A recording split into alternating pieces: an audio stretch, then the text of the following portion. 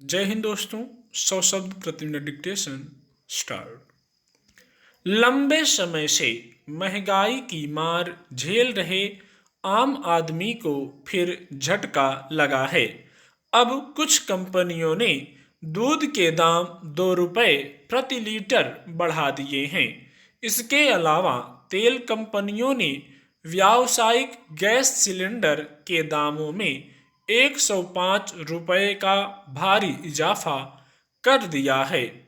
ऐसे में इस बात की संभावना से कैसे इनकार किया जा सकता है कि अब जल्द ही घरेलू गैस सिलेंडरों और पाइपलाइन के जरिए दी जाने वाली गैस के दाम नहीं बढ़ेंगे। खाद्य तेलों के दाम भी बढ़ते ही जा रहे हैं। पिछले एक हफ्ते में सरसों और सोयाबीन का तेल 15 से 20 रुपए तक महंगा हो गया। यानी आम आदमी के इस्तेमाल की हर चीज महंगी होती जा रही है। तेल कंपनियों ने पिछले 3 महीने से पेट्रोल और डीजल के दाम नहीं बढ़ाए हैं।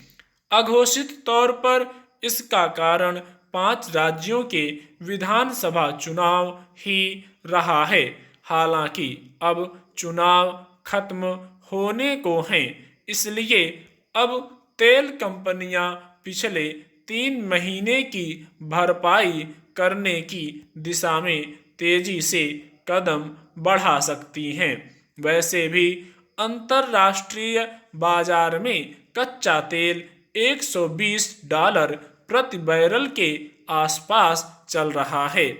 ऐसे में तेल कंपनियों को दाम बढ़ाने का बड़ा तार्किक कारण भी मिल जाएगा।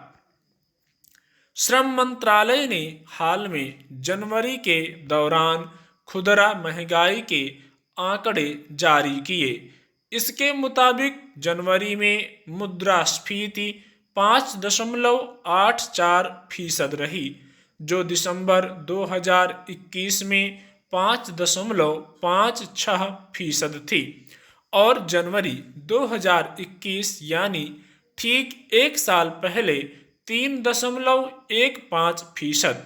आंकड़ों से साफ है कि पिछले एक साल में खुदरा महंगाई में 2.69% की बढ़ोतरी हो गई, जो कि आम आदमी के लिए कोई मामूली नहीं है।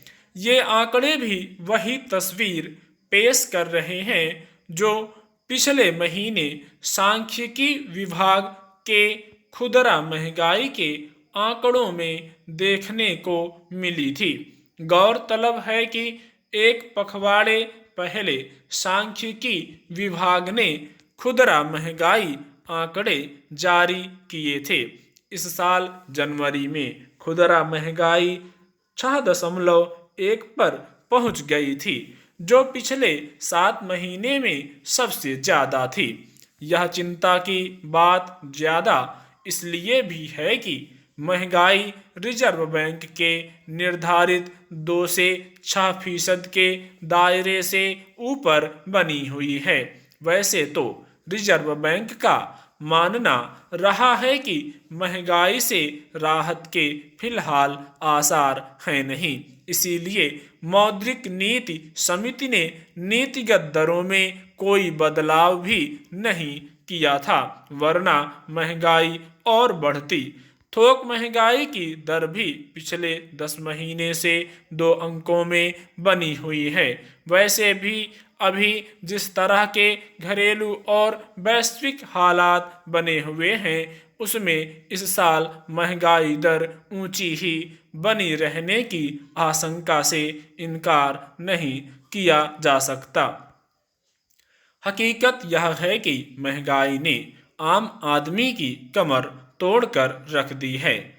आबादी का बड़ा हिस्सा इस मार को झेलने को मजबूर है और अब संकट इसलिए भी गहराता जा रहा है क्योंकि रूस यूक्रेन युद्ध का असर दूसरे देशों की अर्थव्यवस्था पर भी साफ दिखने लगा है। भारत से कई तरह का सामान यूरोप के देशों को निर्यात होता है, लेकिन अब निर्यात पर असर पड़ने से कई उद्योग प्रभावित हो रहे हैं और लोगों के रोजगार पर संकट आने लगा है। स्टॉप।